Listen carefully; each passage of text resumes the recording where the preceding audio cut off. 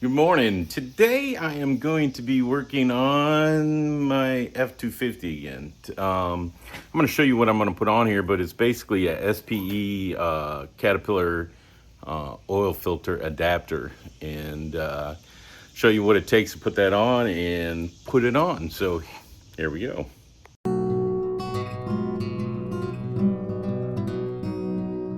All right, there's the entire kit. The adapter. You can notice, I'll show you later, but look at how big the opening is. It just is a monster. So that's one of the things with this. It flows a lot better.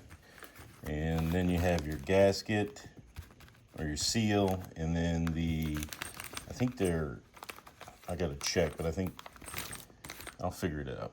I'll figure out what those are, and then the two plugs, because I'm not going to use any special plugs. And these other two openings are for the gauges or the sensors that go in there. So, all right, so here I am. First step of this is I'm going to change the oil, or drain the oil so that I have as little mess as possible. I'm also going to take that sample from the Blackstone for the Blackstone. So there is the two sensors, and now I will look to see how difficult it's going to be to get to the 5 bolts on there. I definitely like my little oil drain there. It makes it a lot less of a mess. And I have gotten the sample, so now we're just letting it drain out. And once I get this pretty drained, I'll drain the filter before I try and take it off, and then we'll go from there. I usually like to also punch a hole in the bottom of the oil filter so that it isn't as heavy, and I don't make as big a mess when I take it off. So I just punch a hole in the bottom of it. I have some picks. There it actually is right there. I just pound that up in there and then take it out, and the next thing you know, you got it draining straight out the bottom of the filter, and you don't make quite as big a mess. So there you go, just a little tech tip. All right, so there it is. Filter's off, oil's drained. Next step is to remove the plugs, and then remove the 10mm bolt or nut that's holding the wiring loom on, and then all the rest are 8mm. So I will do that, and if any of them are difficult to get to or what have you, I will bring you back to show you that. But it should be relatively straightforward and not require a setup of you watching me take some bolts out. And once I get these connections off, I'll show you a little bit closer on what it takes to actually get them undone. So let me get them off. I don't know if you can see that, but the hardest one to get is this top one with the wiring loom.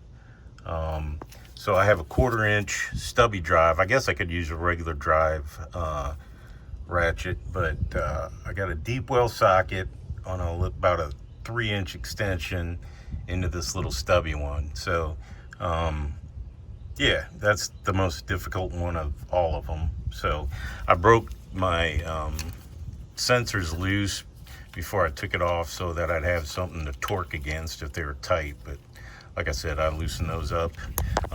This one is like a 21mm, and this one was like a 3/4. So I don't know what the conversion is, but yeah, this one's a 3/4 and this one was a 21mm. So there you go. So now I just got to bust that loose, take the wiring loom off, and then I can get that I can get the bolt out. So, all right, I got them all off. Like I said, this upper one where the bracket is was the hardest one to get, but it all came off pretty easily. Both the loom bolt and the bolt underneath of it, or the nut in the bolt, were both 10mm. So I switched them over to an 8mm, and then I was like, why is this not working? And then I looked at it a little bit closer, and lo and behold, it was still a 10mm. So just know that when you're going into it. So now I'm going to take the housing off, and then we'll go prep the other one to be put in.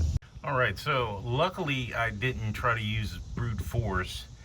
For some reason I had it in my head that there was only 4 bolts. There's actually 5. There's 3 on the top and 2 on the bottom, relatively speaking.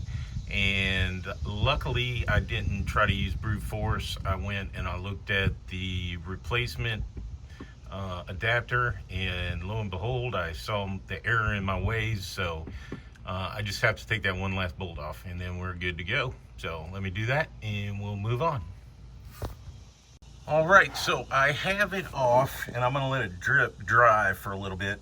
I'm gonna clean that up, and you can see that bracket over there that I need to remove from the looms. It says in the instructions that it won't have enough room if we don't remove that. So my next step is gonna be removing that. I'm just gonna use a couple big water pump pairs of water pump pliers and pull it apart. So that's the plan. Then I'll clean this up real good, and then I'll show you me reassembling or assembling the new adapter. All right, so there's that bracket. I got it off. I didn't have to bend it too much, but the big thing is you got to cut that zip tie off. So I used a pair of dikes, very sharp dikes, so that it wouldn't accidentally get into the wiring loom. So once I did that, I just bent the little bracket at the bottom of this, and so that I could get it off of the loom. So there it is, if I can get it to focus on it.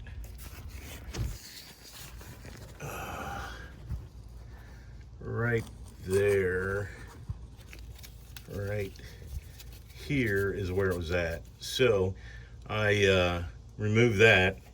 Now I'm gonna put something in these openings so that I don't get brake cleaner inside the engine, and then I'm gonna spray that all off and try and clean it up. And then I'm gonna go put together the new adapter and bring it on down here and install it. So, all right, so I put one shop paper towel in there, and then I'm gonna spray the heck out of it with brake cleaner. Hopefully get all that free oil off of there. But just be careful, make sure you get the whole paper towel out so you're not like blocking your oil passages with blue paper towel. All right, I think I got it cleaned up pretty good. All right, I got those 2 plugs in. Now I'm gonna clean off the sensors, and then I will install them. But looks like it's going pretty good so far. All right, I got it in. One of the issues I had, it's supposed to be torqued to 100 inch-pounds, and I can't even get, I had to use an Allen wrench to get it on there. So I tightened it as tight as I physically could with an Allen wrench. And what I'm gonna do is I'm gonna go get me a socket with a ball Allen wrench, so that I can come back and torque all these down. But right now I don't have one, so that was one hang up. But other than that, it's the 2 back ones that are almost impossible to get to, just like taking it off. But everything else, there's one in there, there's one there, there's one right in the middle up at the top, and then there's 2 over here. And so that's about it. You know, it's pretty simple installation. I thought I had a socket that I could use to torque it, but I do not. So just a word of warning when you go to do this. So there you go. I'm gonna not show you how to fill up your oil backup, because if you're doing this, I hope you can do that. Yeah, I'll give you an update once I get the oil sample back from Blackstone. And then once I do another, once it comes time to do another oil change, I will let you know how that looks with this new Caterpillar filter. So there you go. Hopefully this helps you out, and just know that it's really not that hard. It's just make sure you have the right socket / extension / all that other good stuff, so that you can install it with something other than just a regular old Allen wrench. So there you go. Hopefully this helps you out. it.